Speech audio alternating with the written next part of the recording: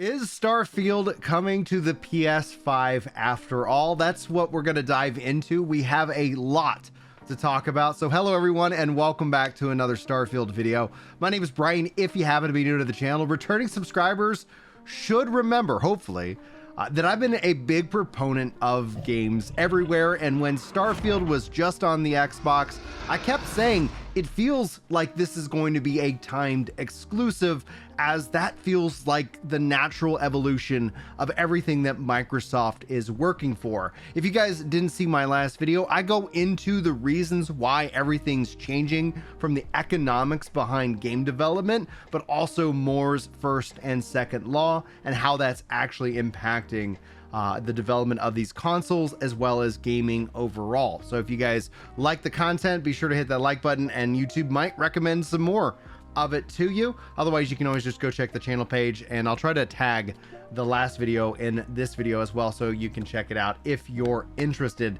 So let's break this down, because I do believe this is happening and I am a champion for it. I have been a champion to bring Final Fantasy XIV on the Xbox. Bringing Starfield on the PlayStation 5 I think is a big win, and I do think that we're going to see more and more of this, just in a timed exclusive way. There's going to be a big backlash from diehard Xbox fans, but that's just the natural reaction to change that people are going to have. But what we're going to be looking at is a brand new indifferent future, which has some people concerned, and I'm not saying they're wrong for being concerned. There are some pitfalls that could befall us all, but I'm going to remain on the Hopium-Driven side, because that's just kind of what I do.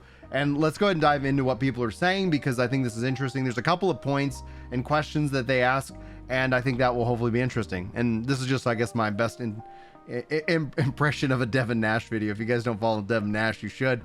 He makes really great content, very insightful, and we're just going to rock and roll with it.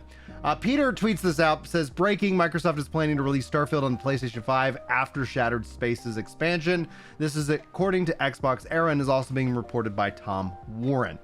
This is, like with everything, what they're saying. Hazard Gore Gaming, also Dragon of the Dogma.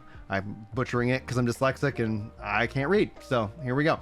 Breaking, according to Xbox Era, Microsoft is reporting planning to release Starfield on the PS5. Now, obviously saying after the Shattered Space expansion and more. Now, the reason why I want to bring up Peter again here is that he's basically saying there is so much smoke for this not to be true. Now, he hopes that he's wrong. Xbox fans should prepare for the news to get announced. Xbox is out of the console race. They will still have a console. Xbox has been out of the console race for a long time. And Phil Spencer's talked about this. He said this numerous times. That's why I got a lot of hate, because I have no issue with Microsoft acquiring these companies, because Microsoft continues to put their games on more platforms. And I was like, based off of what Phil Spencer is saying, this is what they're going to do, and I think that they're going to do it in a timed exclusive way. And so far, my analysis has been correct in that regard. So we'll ultimately see if it shakes out, but I don't think this is a bad thing. It will be for the diehard Xbox fans that really want this. Now, Jez Gordon tweets this out, says Xbox will officially become the console to beta test PlayStation games, so they can release polished within the extra content on the PS5 later. This is a real dig. It sounds like he's a little salty about all of this. And at the same time, I think that's what we're going to see. Now, will PlayStation reciprocate? I don't know. I hope that they do. We've seen them bring MLB The Show over to the Xbox because the MLB forced them to do so. Otherwise, they would revoke the MLB license. The show locked that down. This was all around the same times that Madden locked down the NFL. This is so bad for consumers, and it continues to be bad, but at least now the show is on all platforms, so people can have the best baseball game, to play. Will Xbox Xbox will be the first place to play Xbox games, and then you'll see a shift over into the other platform, and this will drive plenty of people. Let's not beat around the bush. This will drive people to be like, why would I buy an Xbox? I'll just buy a PlayStation, because they have the Xbox games, and I'm perfectly fine to wait. And I think Microsoft's perfectly fine with that mindset, right? Like, from their business and the revenue perspective, this is the way that the games can scale for them going forward. Now, Boom tweets out, the more that all of these individuals are talking about it, it's just this more third-party conversation spirals out of control. They just announced they were a $3 trillion company and more. And so this is saying that, you know, Ches is saying, for clarity, I'm saying for the multi-platform stuff for Xbox, this is happening, not that the Sarah Bond will announce it. I think the person to announce this should be Phil Spencer. Phil Spencer needs to come and tell everybody, which what he's been telling people, but there's a generational shift of gamers who are diehard on, you know, like consoles, and they're 40 and up, you know, and then you have everybody else under that age limit, and there's no real, you know, platform exclusivity. There's of course exceptions to the rule. Sure, I'm sure there's a 30-year-old out there somewhere that's like, no, I want exclusives on these consoles, as opposed to I just want the option to opt into a console or not. Now, what I find was funny, and the reason I want to highlight Reforged here is he got a lot of crap from the internet a couple of weeks ago because he said that Starfield's coming to the PlayStation 5 based off of some sources that he's talked to, and then a lot of people were trying to dunk on him, but he was right. And that's the thing. I was like, no, Starfield is coming to the PS5. I have no doubt in my mind that that is a part of the roadmap, and that's good for the game. That's good for the game. It's one of the things that I think I lose the, you know, the thought sometimes, and I don't maybe communicate it as clearly as I can. But when you don't have like these platform barriers, it's all about the game. When you bring in platform barriers, like it doesn't mean that it corrupts the system, but it just introduces the possibility. It seeds that idea, right? Talk about game reviews. Like, why did IGN score this game this score? You know, why did this you know, outlet do it this way? Like, all of that actually really goes away because it isn't about a point for a team. It's about a point for a game, and the games, I think, can stand out more on their own, and communities can rally around the game more on their own than anything else. And I'm going to get to more on that. But now Peter follows this up, says, how can Microsoft think that putting games on PlayStation, that they can grow the Xbox ecosystem? Because Microsoft treats the Steam Deck and the Rogue Ally and even the PlayStation as Xbox, because they left the console a long time ago. Like, it wasn't about reporting the sales numbers.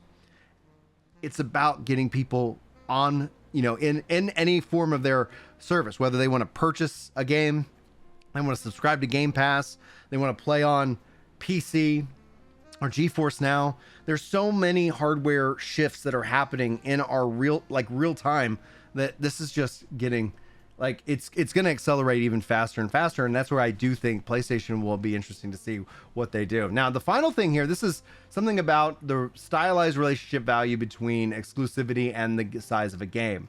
Like, mass market audience, Call of Duty and Minecraft, makes sense that it should be everywhere. New IP, uncertain audience, obviously has most of the exclusivity can help that out, but the future is timed exclusivity, as opposed to this locking down a game to just a platform. Microsoft made these changes. Microsoft is leading in this field. This isn't me nogging on them. This is me celebrating them. And soon, I don't know how soon, but soon over the course of this acceptance, as the, you know, you kind of have the acceptance chart of, you know, the first initial reactions really strong and angry, and then people come to accept it, and then eventually it's like, oh, this actually works. This is actually a really good thing. I'm having fun playing my games. Then there you go. And I think essentially from the exclusivity side, you'll get early access if you want early access on console and PC. Because as soon as Microsoft started putting their games day and date on PC, they didn't have an exclusive. And it's worked out for them. This is a huge benefit to them, and I champion it, and I will continue to champion it. Metro Ninja, thank you so much for subscribing while I'm recording. I love you, dude. I hope you get to watch this video and you get to see that shout out. That's going to wrap it up, guys. So you can let me know, do you feel Starfield's going to be coming to the PS5? I have wanted this since it was launching. I was really actually frustrated that it wasn't going to be on PS5 at launch, but I held out hope that we were going to finally see it over on the PlayStation so that people can enjoy this game. It's a good game. And just like with console wars, you just create a team. It's the same thing with Forspoken. If you find Forspoken for 20 bucks, it's worth playing. Price has an impact. Price has a performance metric, and Microsoft has the leverage that they can actually get a better deal from the PlayStation Store, right? You think about all the IP that they own right now and the products that they produce. Who's to say they couldn't get a 20% deal as opposed to the standard 30%, because they represent such a huge volume, and that works out again in Microsoft's favor. So I think it's all about the games, and it's not about the piece of plastic. You can let me know, but that's who I am. And if you hate that mindset, please don't subscribe. I don't, like, I'll engage with you in the comments, but really it's about truth, integrity, and keeping it real, giving you guys hopefully some good content to watch in your feed on occasion. So anyway, guys, thank you so much for tuning in. Hopefully you enjoyed. Hopefully I will see you guys in the next video, but until then,